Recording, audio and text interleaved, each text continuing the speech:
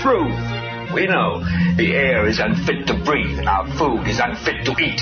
We sit in the house and slowly the world we're living in is getting smaller, and all we say is, please, at least leave us alone in our living rooms. Let me have my toaster and my TV and my steel-belted radios, and I won't say anything. Just leave us alone. In order to force the president's hand and compel him to do what we hired him to do, which is run the government within the confines of the Constitution and only with the money he collects from taxes and other fees. Well, you're absolutely right. You know, what we have to look at is the president is the chief executive officer of this corporation called the United States of America. The president is the chief executive officer of this corporation called the United States of America. Can you handle the truth? Welcome to the Jordan Maxwell Show.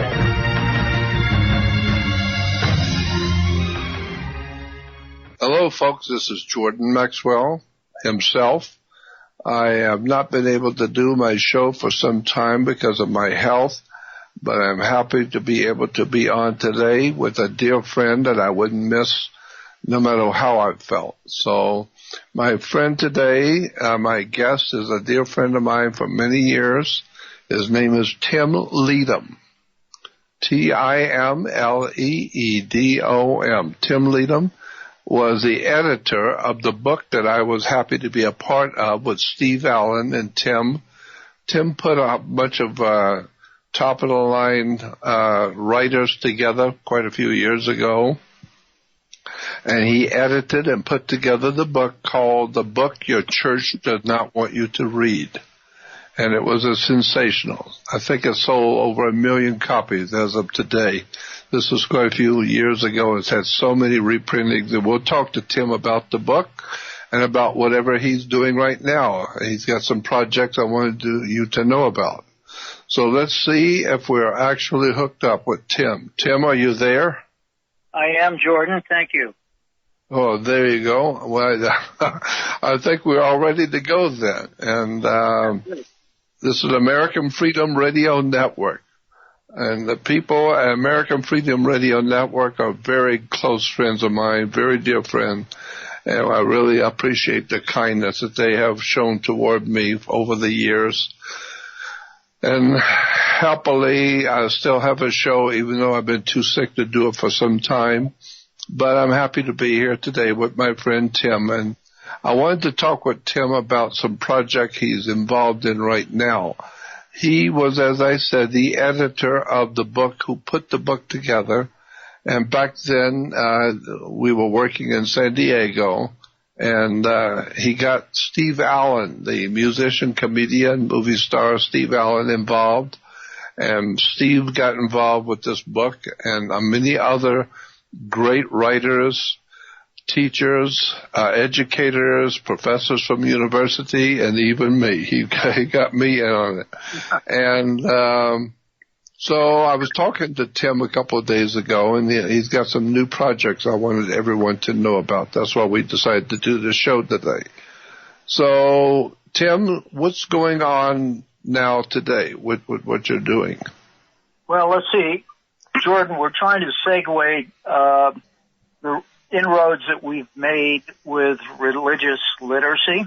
And as you know, when you started, 40 years ago as one of the earlier pioneers. And I can say this, we have made some progress. I know. Yeah. A long way. The church book was conceived as basically saying, look, you have reason and you have religion. And you've read all about religion. And now let's take a look at reason. And we collected, with your help, some of the leading advocates for religious literacy, from Dr. LaRue at the USC, Steve Allen, of course, Dr. Robert Eisenman, who in 1991, against all headwinds, as an archaeologist, went to Qumran in the Dead Sea Scroll, and guess what? There's nothing about Jesus in the Dead Sea Scrolls. Forever, of course, they were found in 1947, and there was all sorts of resistance by the Catholic Church.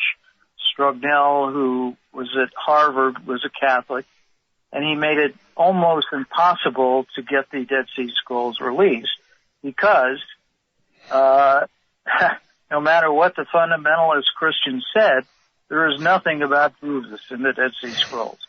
And as a matter of fact, there's astrology in the Dead Sea Scrolls. Dr. Howard, what was his name? Dr. Snow. Snow. Yep. Alan Snow. Yeah. Yep.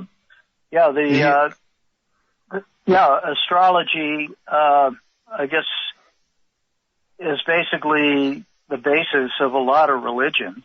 Yes, it is. It is. And Dr. Alan Snow talked about the fact that nobody is talking in the Dead Sea Scrolls group of scholars. Nobody wanted to talk about the astrology, which is in the Dead Sea Scrolls.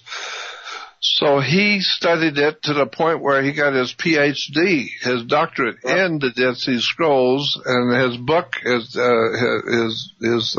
work that got him the PhD was on the astrology in the Dead Sea Scrolls. A lot of people know all about the Dead Sea Scrolls, but very few people know that astrology was very much a part of the Dead Sea Scrolls. But Jesus was not. There was no mention of Jesus in the Dead Sea Scrolls at all. No, so, even Sidney Omar, who at one of the times was a great, in astrology, etc., he said the basis, there's nothing different between astrology and religion. There isn't. That's right. It's the same thing. And it was good that Dr. Snow, who worked with Robert Eisenman, who both of them have doctorates, came up with that. And I think bit by bit,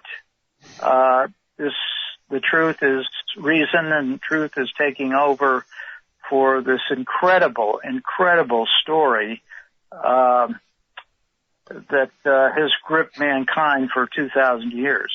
Yeah, and I've been talking here lately, within the last 60 years, I've been talking about the fact that Christianity, and I'm not trying to belittle anyone's faith or anyone's belief system.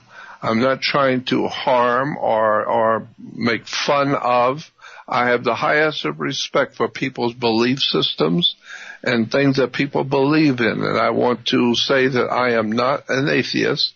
I do not have any atheistic belief systems. I do believe in the presence of a very spiritual power in the universe, and I respect that, and people call it God. I don't have any problem with respecting the spiritual presence in the universe. I don't use the word God very much because I think it's misunderstood. But I'm not trying to in any way criticize or make fun of or make light of anyone's belief system. I'm merely trying to explain the basis from which our belief systems have come. And this is why we did that book, the book your church does not want you to read. And we had so many great authors and lecturers and teachers who contributed to it. We did book signings in Los Angeles with Steve Allen, and we did book signings in Orange County. It was in the Los Angeles Times, and it was a big deal when it came out. The book was very, very famous when it came out. It caught people's attention, and it's still today is selling well today. The book your church does not want you to read, and Tim Leedom is the editor. Tim and I go back a long time. We remember all the stuff we had to go through in trying to get the book published and all the, trying to coordinate everybody, and we finally got it done. And it's done. How well have you heard how well the book has done since we did it many years ago? Yeah, it was done in we finished it up in 1983, or 93, I'm sorry. And our first book signing was in Balboa Island.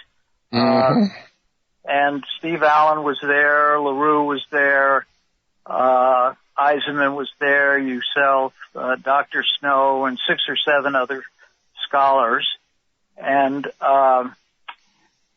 took off. It was a fun time. It was a fun thing to do. We really had a lot of great time together, all of us there. Yeah, and that day at that small bookstore, we sold 300 books, and then. Oh, really? Wow. And it really took off after that. Just about a month or 2 months later, we were invited to the flagship of Barnes & Noble in Newport Beach, and we sold another 300 books. Yeah, so, I remember that. Yeah. And so I think I think we caught things at the right time, that people are starting to say, wait a minute. I've seen what the Catholic Church has done with children and and the cover up, and I've seen what the fundamentalist preachers are doing with their money. Jordan and I were talking earlier about, there's one preacher, in Texas. His net worth is $750 million, $750 million. And he has 3 planes, and that's a sin. That's a sin. And I think one of the things that we're trying to do is have people wake up and make up their own mind. And I think one of the projects that we're doing right now is we're looking, and probably the biggest fraud in history is the second coming of Jesus. And we have a book that's done, and we're looking to do a documentary, an hour-long documentary. And Jordan will be one of our associate editors. And we have Eisenman involved, and Larry Pano, who is the executive producer for the Academy Award-nominated film Silkwood, is involved. And then, of course, early on, Steve Allen was our biggest supporter. And Jordan and I spent several days up in Burbank with Steve. And he said, look, and I have just one story. I think Steve said, we're looking to do a film, basically, initially. And he said, well, why don't you get hold of Norman Lear? And Norman Lear is the head of American People for American Way. And I called him. And unfortunately, I was such a newbie, I sent him about 400 pages of the book and the script. And he personally called me back and laughed, and he says, I like what you're doing, but don't ever send somebody 450 pages of blood. Yeah, you send the whole thing. Yeah, but he's always been, he's in our book, Norman Lear, and these are the kind of people that have said, hey, enough is enough. It's time that people educate themselves. And that's what we're trying to do. And with the main man, it's about the story of Jesus and their supporters. And not only do these fantastic stories give people false hope, that's right, and total ignorance, they also, the televangelists in our country are milking and bilking people out of hundreds of millions of dollars a year with these fantastic stories. And paying no taxes whatsoever. No taxes. So it goes right into their coffers, whether it's Benny Hinn or the Trinity Broadcasting or Roberts or even Billy Graham. He talked about Billy Graham, Robert Schuller, all of these people that were all members of secret societies and hidden. Their names were hidden from the public, and their connections with secret societies and fraternal orders that were promoting, dumbing down America and dumbing down the people and keeping them ignorant and ill-informed and unread and making multiple millions off of them. And this is what's been going on, and we felt and like I said, I'm not trying to belittle anyone's belief system. What I'm trying to do is be a teacher and help people to understand where these stories have come from and stop spending your time and effort and money and energy on the church when the Bible itself actually says, get out of her, my people, if you don't want to share with her and her sins. So get out of her, my people, not the Buddhists, not the Hindus. The scripture says, get out of her, my people. Get out of this whole operation called religion. Christianity has been misrepresented to the world, and now it's finally beginning to fall apart, and people are now beginning to question the validity and the veracity of what's being taught in churches.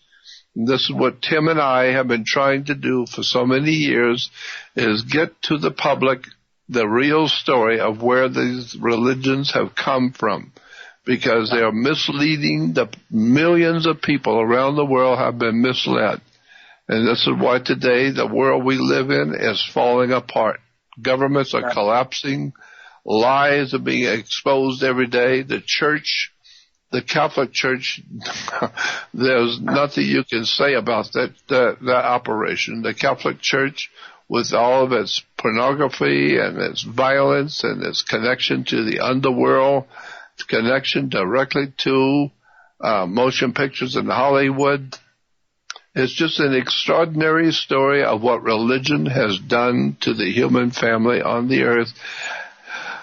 And we have been trying to do something about it, and now today Tim is involved in some really exciting new projects that I wanted everyone to be aware of. So tell us about what the people can do and what they need to know.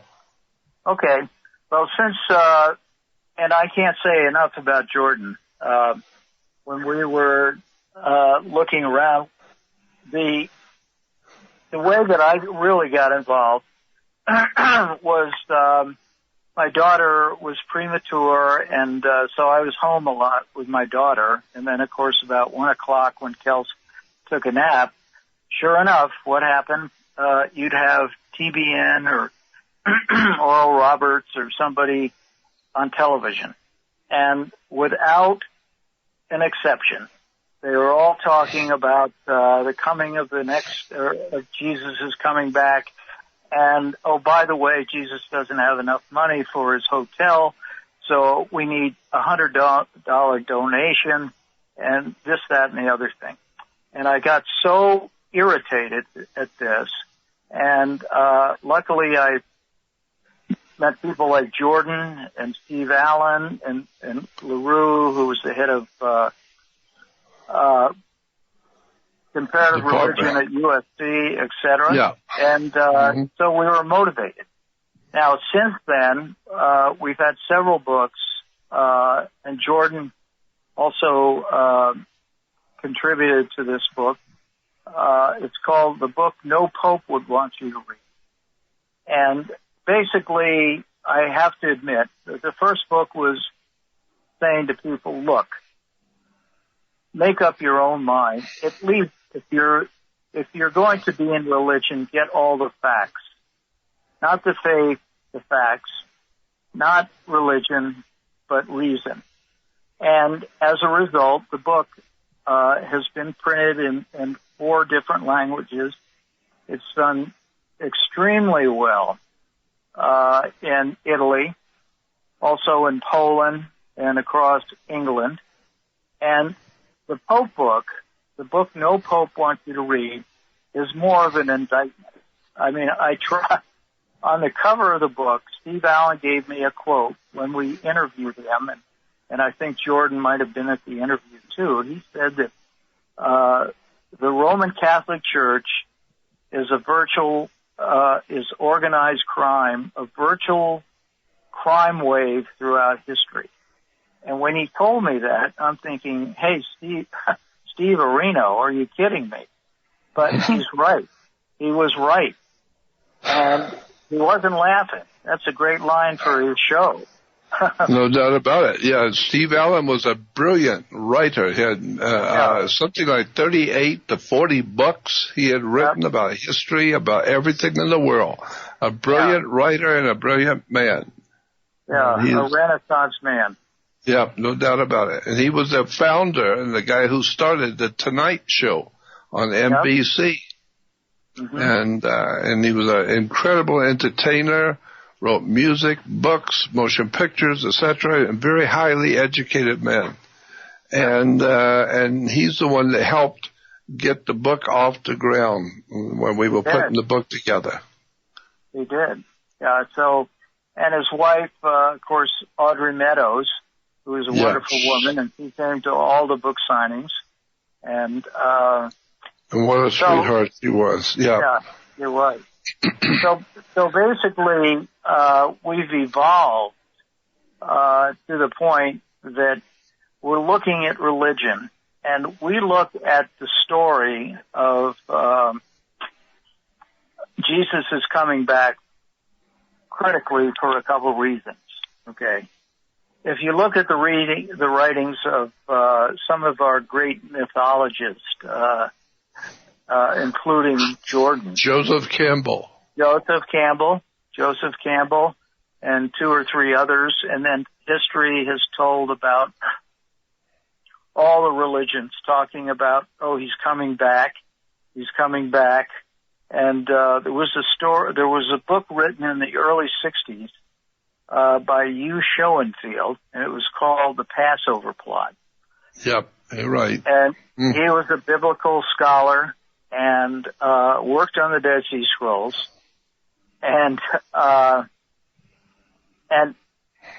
basically in his book, he was saying, basically in his book, the Passover Plot, it gained a lot of angry response from the public when it first came out, because he was showing that the whole thing was a made-up story. Yeah.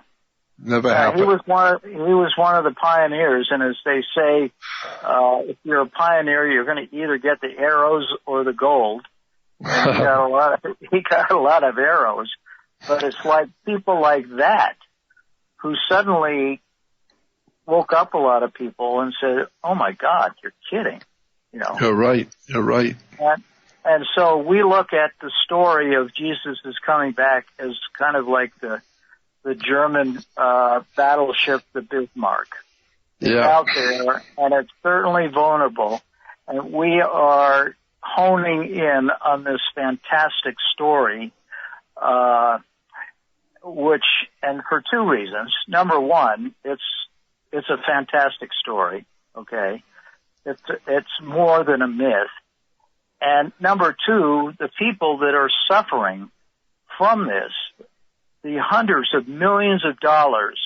And if you turn on television, whether you're in Los Angeles or New York or Chicago or whatever, I call it the Valley of Death. That there are 11 or 13 stations of fundamentalist Christianity, and they're all asking for money. And they're all saying that Jesus is coming back, and you better get your money in now to buy your ticket on, so you're one of the 144,000 people that's going to be saved. And I mean, it's almost comical, but it's also these people can't afford the $100 or $200 a month that they're getting bilked out of. So those are the two reasons. This is a fantastic, ridiculous story. And secondly, it's being used to fleece a lot of people who maybe haven't been exposed to education, or they're not that intelligent or whatever. But it's an insult to, spirituality. It is.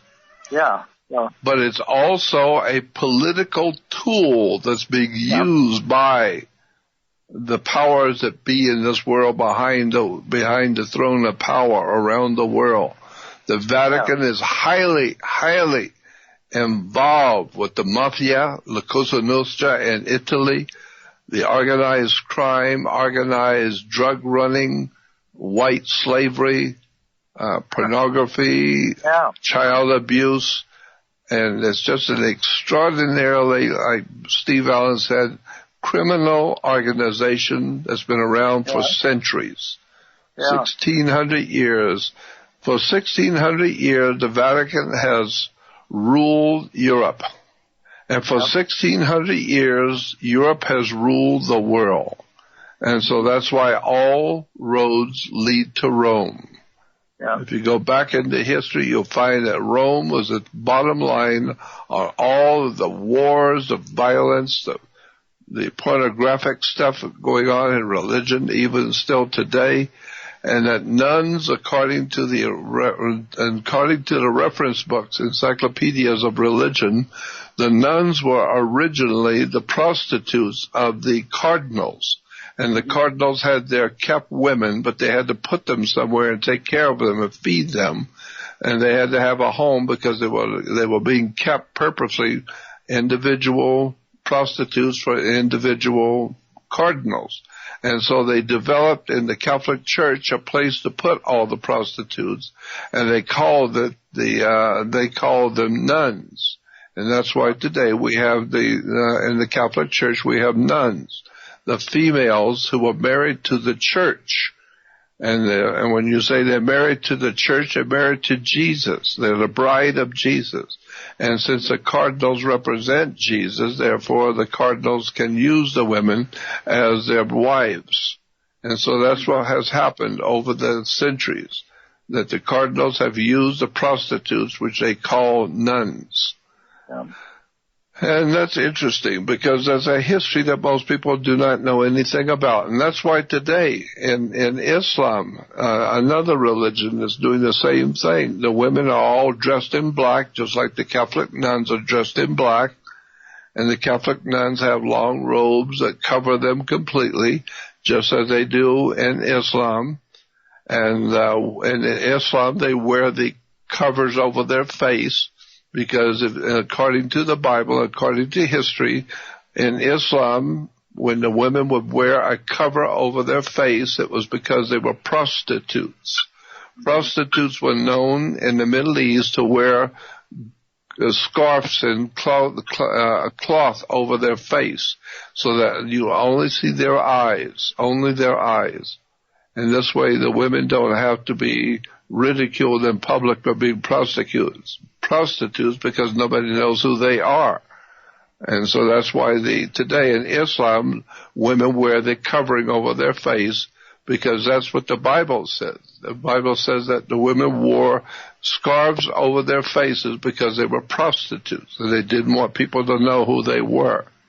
Yeah. So that's what's happening today in Islam. The men are keeping their women as prostitutes, just as the cardinals kept their prostitutes and called them nuns. And the women still wear the black robes. So there's a lot to history and the history of religion that people are just not aware of and have no idea in the world. So that's what we're trying to do. Yeah, we're trying to, with a small flashlight, is look into these dark corners. And like we talked, we're talking about the second coming of Jesus, etc. People can say, well, it's only a myth, so what? In 1983, there was an alliance between the Zionists and the fundamentalist Christians, and they were tunneling toward the Temple of the Dome, the Temple Mount in Jerusalem, to blow it up because of one of the things that has to happen to bring Jesus back, supposedly according to the Bible, is that a new temple be, first of all, a temple destroyed, and a new temple erected. So they wanted to get rid of the old temple, and this would supposedly hasten Jesus' return. And in the day of nuclear weapons and suitcase bombs and fanatics, this could set off something that it's just a powder keg there in the Mideast. And these stories build up, and build up. And religion is not inclusive, it's exclusive. And that's the worst thing about it. Yep. And it's also, as you said, it's just a waiting to blow up. It's waiting to completely blow up and get totally out of hand, and that could start the Third World War, which ultimately will absolutely destroy everything the human race has worked for all these thousands of years. If they ever, and we've heard all these stories about what's going on the Temple Mount, and on the Temple Mount is something called the Dome of the Rock. And the reason why it's the Dome of the Rock is because Islam's major artifact is a pet rock. That's a basis for Islam today, is a pet rock, and they even have a dome over the pet rock. So it's called the Dome of the Rock in Israel. And the rock is supposedly a meteorite that hit the earth, and the meteorite scared everyone because no one knew what it was. It was a big round stone that hit the earth, and so the ancient people believed it was a message from God, because God sent a message down here on a meteorite. So they brought the meteorite, and they put a feminine connotation to it, so that you have to go and kiss the stone, and the stone represents the female vagina. It's a very interesting story about what's really going on in Islam at the Dome of the Rock. People don't realize the rock is actually, in point of fact, a meteorite. It is a rock, and it's a rock from heaven. So, there are just so many of these artifacts are made up stories. Supposedly, when Muhammad left the earth, his horse left his hoof print in the cement or the sand there in that area. Supposedly. Yep. Now, whether that's true or not, or if that's even half true or not, I don't know. But I think the thing is, intellectually, these stories I think it's the term that I've always heard is it dumbeth down. Yeah. And it's keeping people ignorant. And hoping for something to come to help us, when the bottom line is that no one's coming to help the human family. There's no one coming back. Why? Because it's very difficult. It's extremely difficult for anyone to make a big comeback when you've never been anywhere to start with. That's why we know right. Jesus will not be coming back, because he was never here to begin with. How can you come back? And so then when you find out that Jesus is actually a story coming out of India, and Christianity and Judaism and Islam, all three have their beginnings in the Hindu religion, going all the way back to India, and ultimately also to Egypt. Egypt picked up a lot of its teachings from India, and India was the mother of all three of our major religions today. Yeah. No, you're right.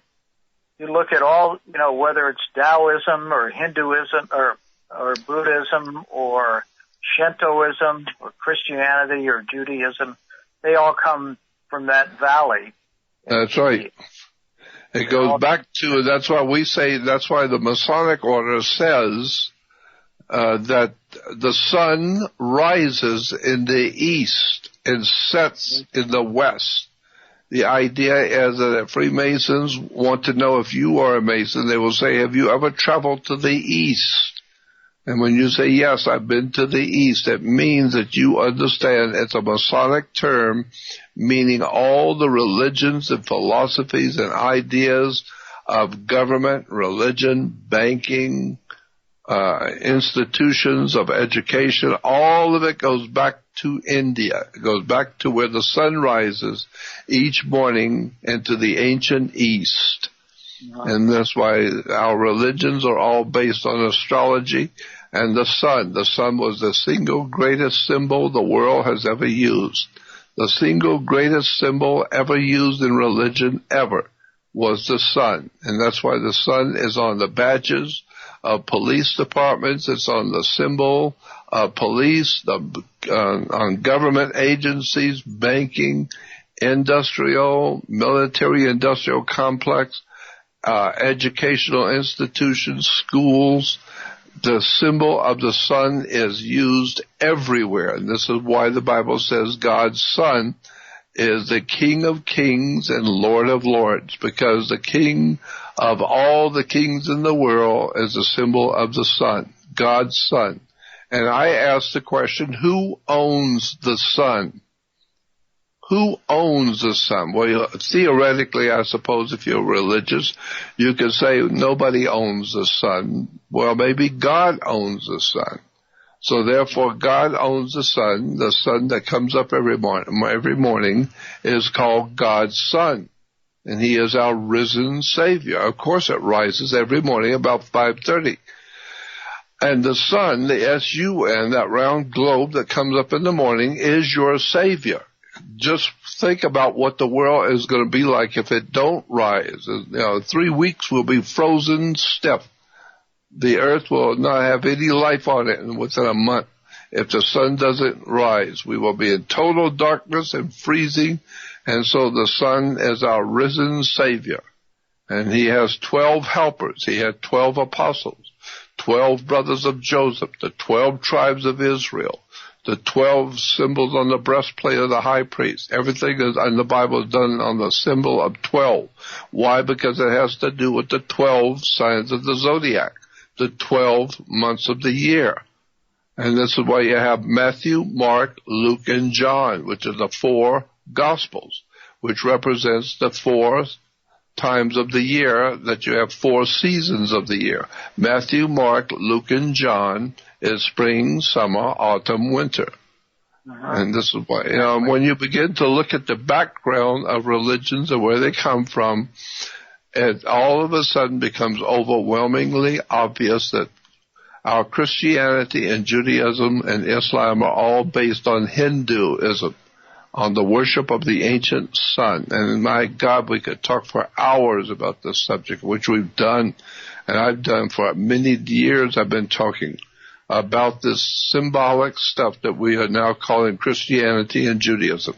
There is virtually no legitimate, real history in Judaism or Christianity. I think, according to my understanding, Judaism is probably the most eclectic religion on the earth today.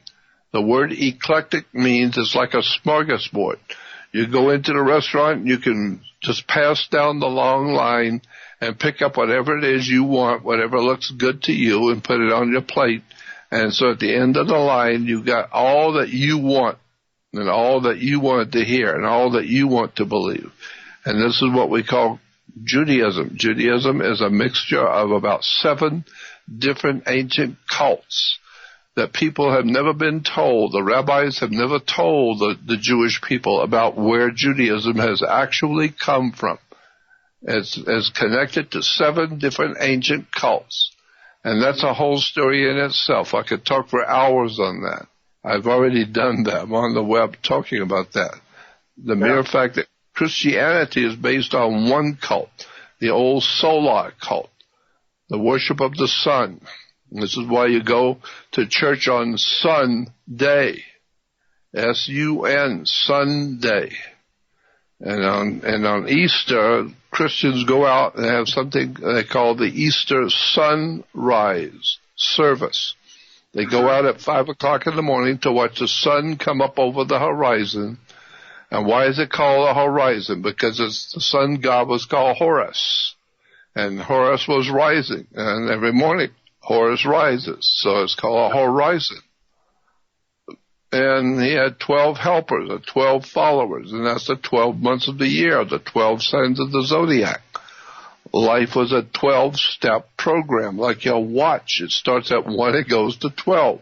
You start in the first grade and you go to the 12th grade. It's a 12-step program. You need to understand the entire subject of religion is based on astrology and the ancient mysteries schools. And this is what I've been trying to tell people for so many years too.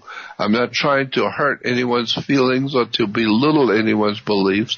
I'm merely trying to point out that religion is based on far older material, far older stories. And people have never been told these stories. And I think it's about time we do that.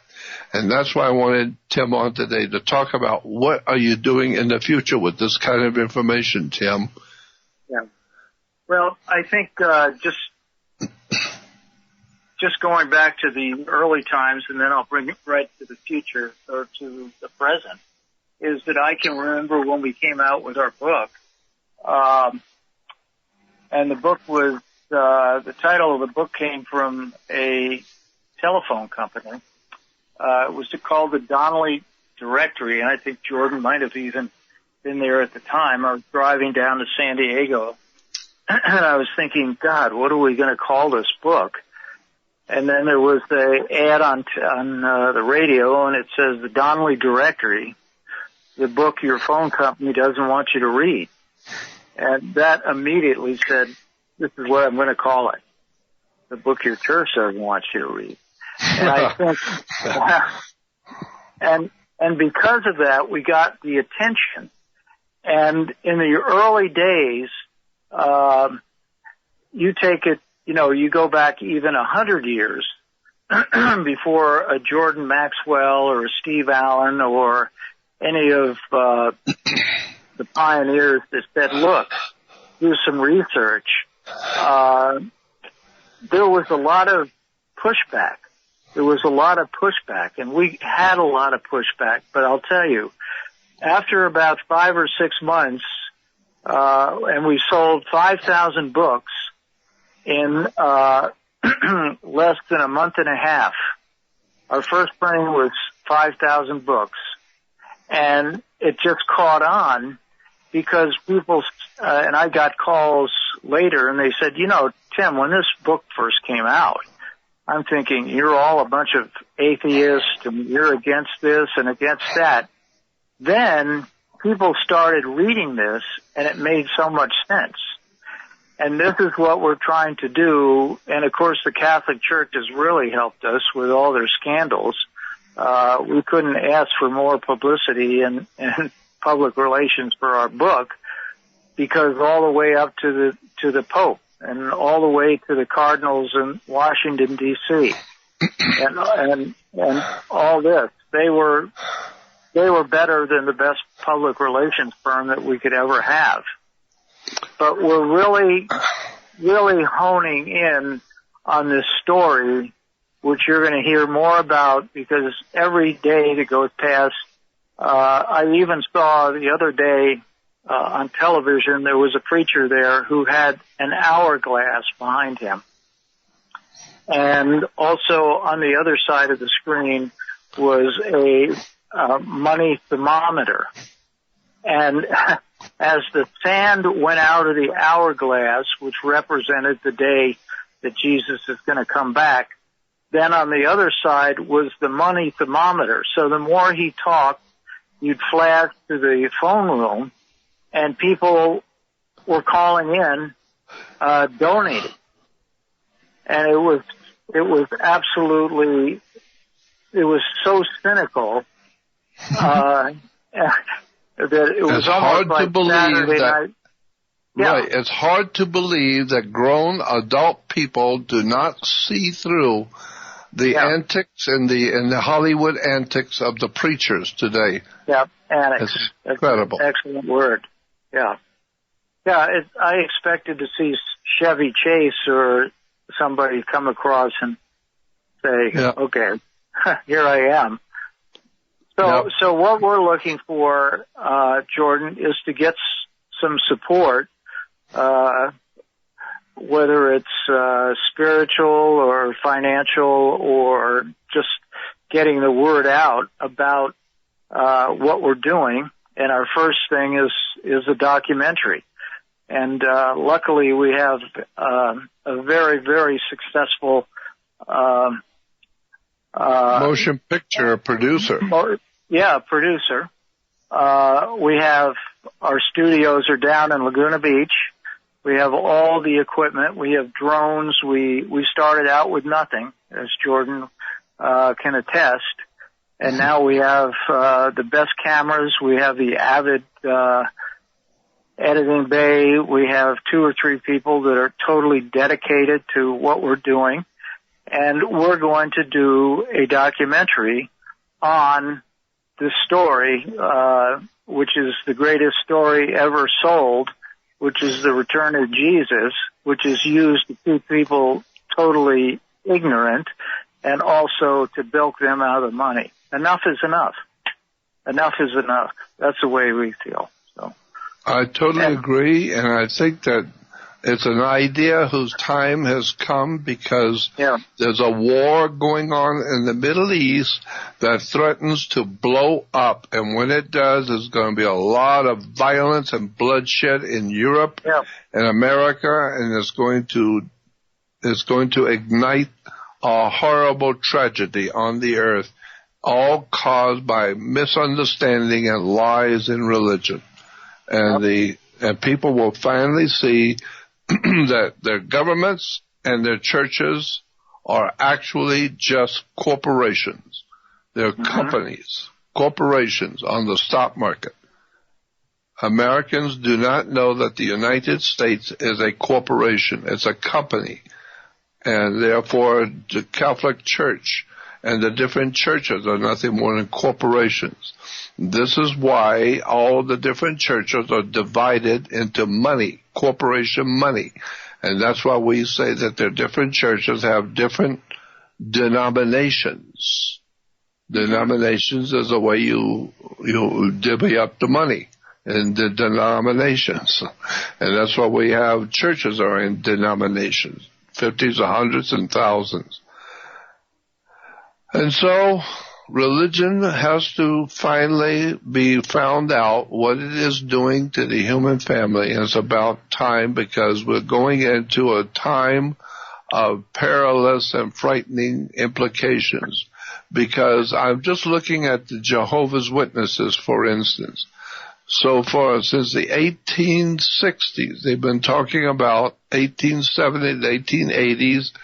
The Jehovah's Witnesses have been talking about the end times, the last days, and the people who are seeing, the last days, the world's coming to an end, and they're still saying the same thing, although it's hundreds of years later, they're still saying the same thing, just as Christianity has been telling people that Jesus is coming back. He's all ready to come back now, getting ready to show up any day. And all you need to do is send some money to the church. It's because the preacher is down to his last $500 million. He's down to his last few bucks. Yeah, and so he needs some more money. No, I shouldn't be laughing, but I mean, it's sardonic humor, basically. I know.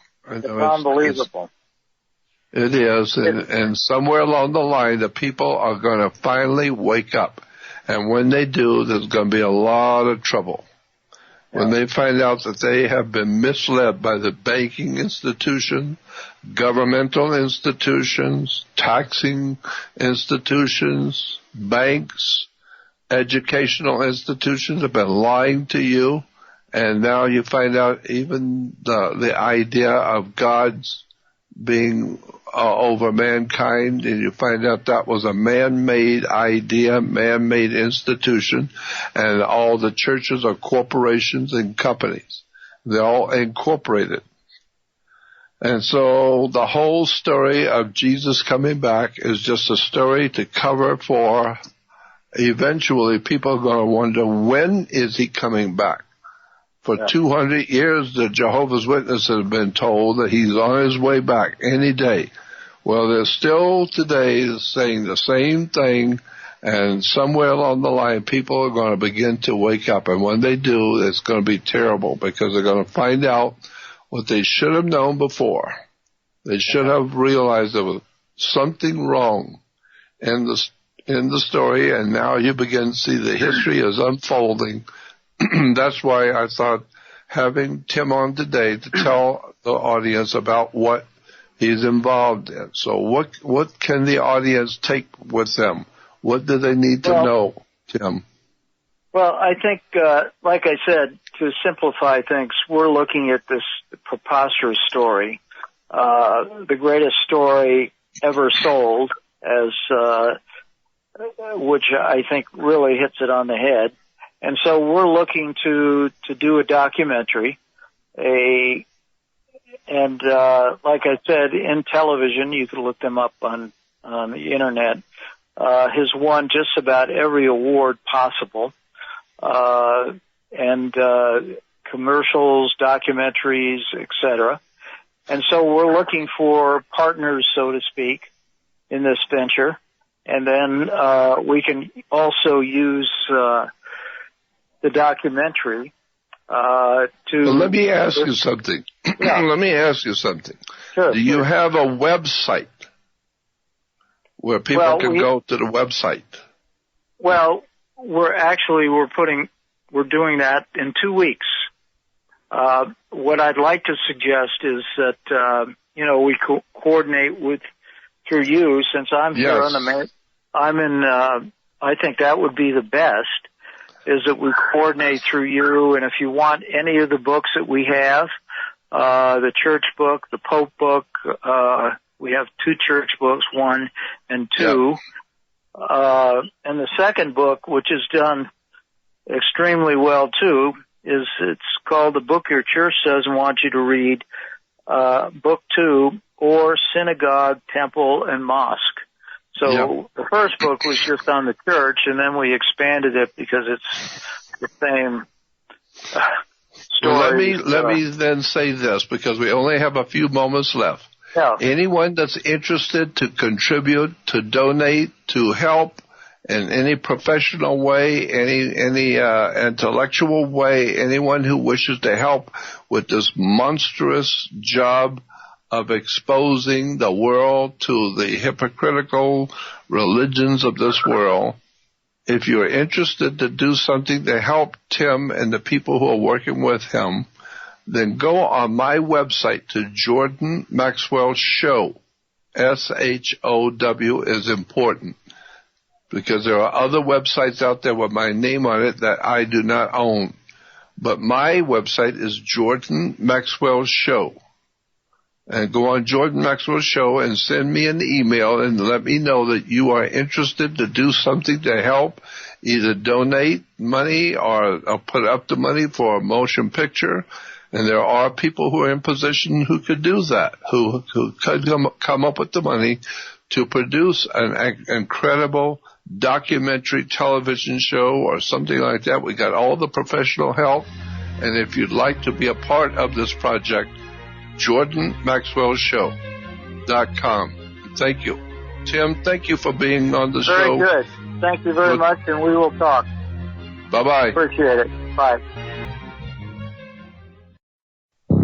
Welcome to the world's meeting place. American. Practically narcotics. Freedom. Oh, yes. I like it very much. Radio.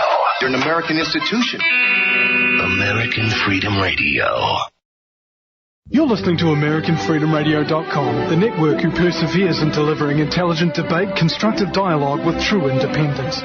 The freedom to broadcast the truth is not free at all. So what is American Freedom Radio worth to you? The empowering information with fun, honest and pure integrity behind it provides an example to follow, friendships to flourish, with the moral altruism that pulls no punches. The hosts sacrifice and show remarkable discipline in their duty to deliver quality radio and service to the community with strength, wisdom and loyalty.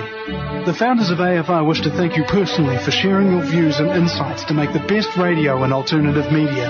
Now it's time for you to give something back and play a vital role in the future of America.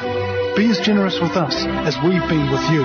Click on the donate banner at AmericanFreedomRadio.com or volunteer by emailing AmericanFreedomRadio@ymail.com. Vaccine, psychotropic drugs and artillery batteries not included.